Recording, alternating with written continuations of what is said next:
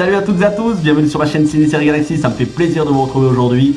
On entre dans la deuxième année de la chaîne et donc on continue adaptation de jeux vidéo au cinéma et cette semaine, une adaptation que j'aime particulièrement, qui se fait étriller, déchirer par les fans, les fanboys, les gamers de tous ordres. Street Fighter, l'ultime combat, avec Jean-Claude Van Damme et Raoul Julia. Street Fighter dont le scénario est un prétexte à des combats, on va pas se mentir, que ce soit dans les jeux ou dans le film, et où le film trahit, j'ai envie de dire, quasiment tous les personnages du jeu. Pourquoi je vais défendre ce film ? Parce que c'est un film qui a la nostalgie des années 90. Si vous aimez les années 90, si vous avez grandi avec les jeux Street Fighter, si vous êtes assez indulgent, plutôt bon public, je pense que vous ne pouvez qu'aimer ce film, même si c'est clair, c'est pas un grand film, c'est même pas un très bon film.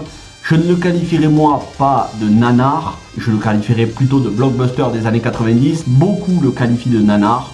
Bref, je vais m'évertuer à défendre ce film, mais avant toute chose, je suis accompagné aujourd'hui de Gordon 2A de la chaîne Games 2A TV et de la chaîne secondaire Space Sheriff Gordon, qui va vous parler du jeu vidéo adapté du film, parce qu'il y a les jeux vidéo, il y a le film, et il y a un jeu vidéo tiré du film qui lui-même a été adapté sur borne d'arcade. Je le laisse vous en parler mieux que moi, c'est lui aussi un enfant des années 80-90. Place à toi Gordon, tu as la parole.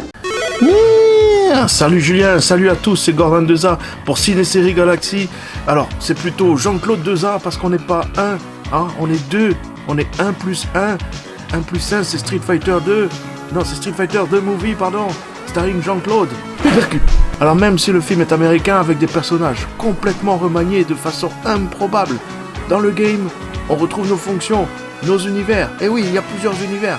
Il y a l'espace, il y a la galaxie, il y a la Voie lactée. C'est pour ça que je bois du lait. C'est important le calcium. Alors on va parler du jeu, on va parler du vidéo game sorti en 1995, soit un an après la sortie du film sur PlayStation 1. The one, the only one, the best. Je sais pas si c'est le meilleur jeu de la Terre, mais c'est une adaptation du film, qui lui-même était une adaptation du jeu. Tu vois le délire ? Du coup, on revient aux sources, à l'essence même du jeu. Un jeu de baston, un versus fighting. Mais qui ressemble plus à un Mortal Kombat qu'à un Street Fighter. Les personnages ont été digitalisés de la même façon. Du coup, ce n'est plus Jean-Claude Van Damme qui incarne Guile, mais c'est Guile qui incarne Jean-Claude Van Damme. Comme le coup de pied retourné de Guile, flash kick. Le jeu est assez faible, malgré tous les éléments qui auraient pu en faire un hit. Mais il est assez saccadé, les mouvements ressemblent à ceux de Street Fighter 2, mais ils sont moins évidents à maîtriser. Il y a 4 modes, un mode arcade, un mode trial pour s'entraîner, un mode movie. C'est une sorte de mode story avec Jean-Claude. Et oui, vous pouvez pas choisir un autre, c'est Jean-Claude. Et il faut tuer tout le monde en moins de 52 minutes. Alors dommage, on était pas loin d'un mix ultime entre Street Fighter et Mortal Kombat, d'autant que c'est Acclaim, l'éditeur de Mortal Kombat, qui est en charge de l'adapter pour Capcom sur PS1 et sur Saturn, parce qu'il est également sorti sur Saturn. Et les persos sont difficilement maniables malheureusement, donc la jouabilité elle est pas géniale, même si les décors sont correctement animés. Comme dans Street Fighter 2, ça ressemble un petit peu, c'est le même principe. Mais ça a un côté plus digitalisé, on va dire. Les interfaces semblent bâclées, on voit les héros sur fond bleu, une fois sélectionnés, comme si l'incrustation n'avait pas été faite. Mais passons à la version arcade du jeu qui est plus complète, même si la jouabilité est toujours aussi nulle. Les mouvements sont plus fluides, les graphismes évidemment plus fins, l'expérience est meilleure sur arcade. Vous pourrez jouer sur émulateur avec MAME, si vous n'avez pas moyen de jeter de la bande d'arcade. Alors les incrustations sur fond bleu ont été faites, voilà, le jeu est mieux fini, même si s'il n'y a là que le mode arcade, pour le coup, la durée de vie quand même est plus longue. Je pense sur la version arcade. On n'a jamais vu Jean-Claude aussi bien digitalisé dans un jeu. Après, je comprends pas la pose qu'il prend quand il a gagné. Regardez, il se recoiffe comme ça, mais c'est pas comme Guile. On sait pas. On dirait qu'il a imposé ce geste. Voilà, il s'est dit bon, ça c'est bon, ils le garderont. Ils le garderont. De toute façon, ils n'ont pas le choix. C'est Jean-Claude qui décide. Alors, et ce qui est curieux, ce sont les musiques qui n'ont rien à voir avec ce qu'on connaît de l'univers Street Fighter. À part, c'est la musique d'intro qui ressemble un petit peu sur PS1. Et Saturn, mais elles ne restent pas en tête, on les oublie assez vite, comme ce jeu qui a vite été oublié, mais qui pourtant est très recherché par les collectionneurs, parce que, non pas pour sa qualité, mais parce que c'est une des versions les plus rares de Street Fighter sur console. Donc merci de m'avoir écouté, à toi Julien. Merci beaucoup Gordon pour avoir parlé de Street Fighter, The Movie, The Game. Donc ce jeu vidéo qui n'a pas rencontré le succès escompté. Alors les jeux vidéo Street Fighter à la base, c'est une série de jeux vidéo qui a d'abord connu son succès sur arcade avec le tout premier sorti en 1987, bien que le succès n'était pas colossal à l'époque, et le succès est réellement arrivé avec celui qu'on connaît tous, Street Fighter 2 The World Warrior, puis après tout un tas de variantes, Street Fighter 2 Turbo, Hyper Street Fighter et tous les autres jeux vidéo jusqu'à aujourd'hui. Ce sont des jeux qui se sont vendus à des dizaines et des dizaines de millions d'exemplaires. On les connaît tous pour y avoir joué sur Super Nintendo, sur Super NES. Bon voilà, je pense que au moins une fois dans votre vie, vous avez ne serait-ce, si ce n'est joué, au moins vu quelqu'un jouer à Street Fighter 2 notamment. Donc je vais pas refaire l'historique de tous les jeux ni de tous les personnages du jeu. Là il y a des images qui sont en train d'apparaître, des cartouches de jeux, c'est des jeux qui sont vraiment très répandus. Mais en même temps, c'est stylé de les avoir dans leur boîte originale, et il y a aussi des éditions plutôt rares, plutôt collector. Notamment, vous êtes en train d'en voir une sous vos yeux, ce boîtier, cette cartouche rouge, cartouche américaine si je ne me trompe pas. Bref, la série des Street Fighter, qu'est-ce que c'est ? Ce sont à la fois des gentils et des méchants venus de tous les pays du monde entier et qui vont s'affronter dans des combats contre un despote, j'ai envie de dire Bison, qui n'est pas le seul despote, il y en a d'autres, il y a Sagat, bref, il y a pas mal de méchants dans la saga, il y a pas mal de gentils, il y en a certains qui changent d'avis, qui étaient d'abord méchants et qui ensuite deviennent gentils. C'est très compliqué pour suivre l'histoire des Street Fighter, tellement il y a de jeux et tellement il y a parfois de différentes versions du même jeu. Ce qu'on peut dire, c'est que les héros d'une manière générale, ce sont Ken et Ryu, Guile, le colonel américain, donc joué dans le film par Jean-Claude Van Damme, Chun-Li, bien évidemment, Chun-Li Zhang, et puis on a aussi dans les jeux vidéo Zangief, Honda. Les personnages dans le film, je vais y revenir, ça fait partie des points négatifs, ne sont pas exactement, par rapport à leur intrigue personnelle, ne sont pas comme dans les jeux vidéo, mais voilà. On connaît tous Vega avec ses griffes, Dalsim, le bonze qui fait du yoga, Blanca, la monstruosité venue du Brésil. Non, ça n'est pas du racisme.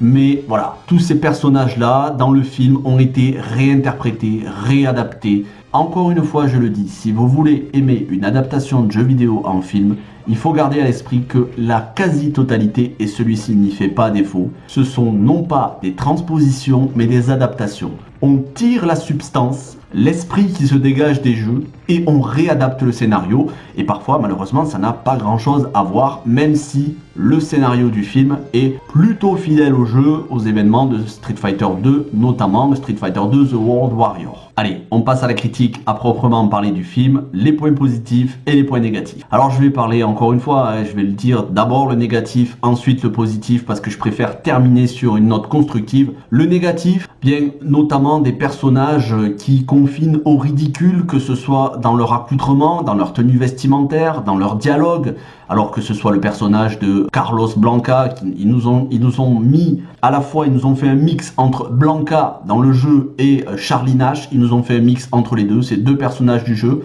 qui n'ont rien à voir l'un avec l'autre, ils nous en ont fait un mix et ils l'ont appelé Carlos Blanca, et avec une espèce de transformation physique par des moyens génétiques, ils nous en ont fait une monstruosité qui n'a pas grand chose à voir avec le jeu, si ce n'est les cheveux orange et la peau verte.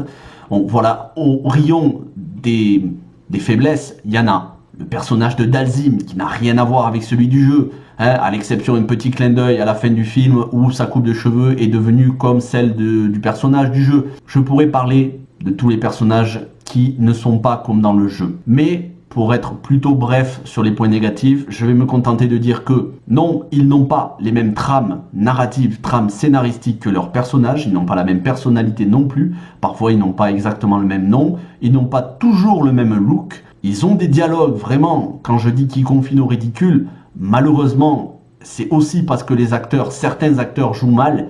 Et bien qu'aujourd'hui Ming-Na Wen soit une plutôt bonne actrice, à l'époque dans le film Street Fighter, elle est assez ridicule. elle joue très mal, je trouve, hein. Ce n'est que mon avis, bien évidemment. Et puis, ses dialogues sont assez pauvres, et comme elle, bon nombre d'autres personnages du jeu qui se sont vus interprétés par des acteurs qui ne sont pas du tout, mais pas du tout convaincus par leur rôle, à l'exception de Van Damme, qui est là pour montrer ses muscles, et c'est ce qu'on lui demande, et c'est un de ses meilleurs rôles en tant que chorégraphie d'arts martiaux, bien que ça n'arrive pas à la cheville de Bloodsport ou Kickboxer, bien évidemment. Et puis, il y a un acteur qui, lui, sauve le film à lui tout seul, mais ça, je vais en parler dans les points positifs. Je pense que vous savez de qui je veux parler. Pour le reste, j'ai envie de dire, la musique est bien, elle est plutôt au niveau de ce qu'on attendait dans des blockbusters des années 90. C'est Graham Revell, un compositeur que j'aimais beaucoup, hein, qui avait composé notamment Négociateur, Judge Dredd. Il a fait la trilogie, les musiques de la trilogie Riddick. Aujourd'hui, il est très peu présent, voire quasi inexistant sur la scène artistique, que ce soit au cinéma ou dans les jeux vidéo, puisqu'il a fait des musiques de jeux vidéo aussi, notamment Call of Duty, il me semble. Graham Revell donne ce qu'il peut, et c'est plutôt bien. La réalisation est plutôt soignée. N'oublions pas que c'est Steven de Souza, alors c'est pas un expert de la réalisation, mais par contre, et c'est là où c'est surprenant, c'est un plutôt très bon scénariste d'habitude. Il a quand même écrit des scénarios de Piège de cristal, et 58 minutes pour vivre, sans compter 48 heures de Walter Hill. Donc vous voyez, 3 gros films des années 80-90 qui sont excellents. Donc c'est vrai que c'est assez surprenant, mais encore une fois, j'ai envie de dire, il n'y a pas mort d'homme, c'est pas très grave si le scénario n'est pas génial, on n'y va pas pour le scénario, on y va pour les combats. Et ça, c'est un point positif du film. Pour le reste du casting, je ne vais pas vous mentionner tous les acteurs, de Wes Studi qu'on avait vu dans le dernier des Mohicans et qu'on a revu récemment dans Hostile de Scott Cooper, en passant par Byron Mann qui joue le rôle de Ryu, qu'on a pu voir dans des films comme Red Corner ou plus récemment, ça date maintenant un petit peu, L'homme au point de fer, alors je ne sais plus si c'est le 1 ou le 2, Damian Chapa, dont bientôt je vous parlerai un film qu'il a réalisé et où il joue dedans. Le casting est, j'ai envie de dire, composé d'acteurs qui ont fait leur chemin sur les plateaux hollywoodiens, qui aujourd'hui ont tous ou presque une carrière. N'oublions pas, bien évidemment, Kylie Minogue qui fait Camille. C'est une très bonne actrice, une excellente chanteuse, on n'a rien à redire. Bon, dans le rôle de Camille, c'est pas terrible. Et puis Ming-Na Wen, comme je le disais, qui est mauvaise dans le film, mais qui aujourd'hui a une bonne carrière. Et puis on la voit notamment dans des séries comme The Mandalorian et d'autres séries, notamment une série dont je vous parlerai bientôt. Pour les points négatifs, je vais m'arrêter là. Le petit point casting aussi. Et maintenant, on va parler du positif. Le gros point positif, il y en a deux, mais le premier, j'ai envie de dire, qui irradie le film de son charisme et de sa folie et de sa mégalomanie. Et c'est d'autant plus cruel qu'il nous manque. Et le film lui est dédié. C'est Raúl Juliá. Raúl Juliá Gomez dans La Famille Adams. Raúl Juliá en bison est juste excellent. Pour moi, il est parfait. C'est le bison que je m'imaginais quand je jouais au jeu. Pour moi, Raúl Juliá est juste excellent. Il retranscrit toute la folie, la mégalomanie du personnage. Il est imposant. Je pense qu'il a dû faire de la muscu pour le film. En tout cas, si c'est le costume, le costume est bien réalisé et il est très ressemblant à celui du jeu. Alors après, oui, il y en a certains qui vont dire oui, mais il a des pouvoirs psychiques dans le film. Là, c'est des électro-aimants tout pourris, mais ça, on s'en fiche. C'est des détails. L'essentiel, c'est qu'on le voit combattre dans le film. Lors des combats, il est bon. Lors des dialogues, il est excellent. Sa trame scénaristique, j'ai envie de dire, c'est lui le personnage principal avec Jean-Claude Van Damme dans le film. Pour moi, c'est vraiment le talent de Raúl Juliá et je dois dire qu'aujourd'hui, il me manque énormément des acteurs comme ça qui sont capables d'une touche de folie. Il n'y en a pas beaucoup. On a Jeffrey Dean Morgan et je pense que Jeffrey Dean Morgan ferait un excellent Gomez dans une nouvelle adaptation de La Famille Adams, mais là on s'égare un petit peu. On va revenir sur du Street Fighter. Raúl Juliá, gros point positif du film. Et le deuxième point positif, c'est les combats. Certains diront qu'ils sont un peu mous, qu'il n'y en a pas assez. Moi, je trouve que les combats sont excellents, du début jusqu'à la fin. Mention spéciale au combat entre Honda et Zangief. D'ailleurs, Honda, certes, le personnage a été dénaturé. D'abord, c'est un sumo dans le jeu. Là, ils en ont fait un hawaïen, journaliste, caméraman. Bon, c'est pas très grave. Mais c'est cool parce que physiquement le personnage ressemble et ils ont même fait la peinture qu'il a sur le visage. Alors c'est une trace de sang dans le film, mais ça ressemble vraiment.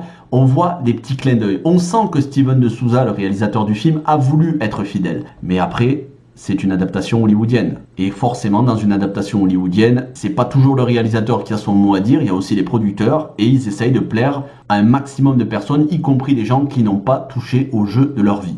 Bref, les combats, Ryu contre Vega, Ken contre Sagat, on a quand même du positif dans ce film, faut être honnête, ce n'est pas une purge telle qu'on peut le lire sur notamment les critiques de presse ou de spectateurs sur les sites du style Rotten Tomatoes, IMDb, Allociné ou autre. C'est pas un film si mauvais que ça. Il faut être indulgent, il faut garder à l'esprit que c'est un film des années 90. Aujourd'hui, ça ne serait pas du tout la même chose. D'ailleurs, il y a beaucoup d'adaptations de Street Fighter qui sont sorties après et on les abordera toutes sur la chaîne, que ce soit Street Fighter The Legend of Chun-Li, bon c'est pas exceptionnel non plus, mais surtout les web-séries Street Fighter Assassin's Fist et les suites, et là pour le coup c'est vraiment quelque chose de très très bon, mais vous inquiétez pas, on aura le temps d'en parler, on abordera absolument toutes les adaptations de Street Fighter, tout comme les autres adaptations de jeux vidéo. Je termine cette critique en remerciant encore une fois Gordon Deza, spécialiste du Street Fighter, spécialiste du rétro gaming, on soutient sa chaîne, on soutient la Corse, on soutient le rétro gaming et le support physique. Donc je vous mets les liens de ces deux chaînes, Games Deza et Space Sheriff Gordon, dans la description de cette vidéo. Et puis moi je vous dis à la semaine prochaine pour une nouvelle adaptation de jeu vidéo. Alors attention, la semaine prochaine ça va être quelque chose. C'est du Uwe Boll. Voilà, j'en dis pas plus, c'est un film de Uwe Boll. Allez, merci à tous, passez un bon week-end. Ciao tout le monde.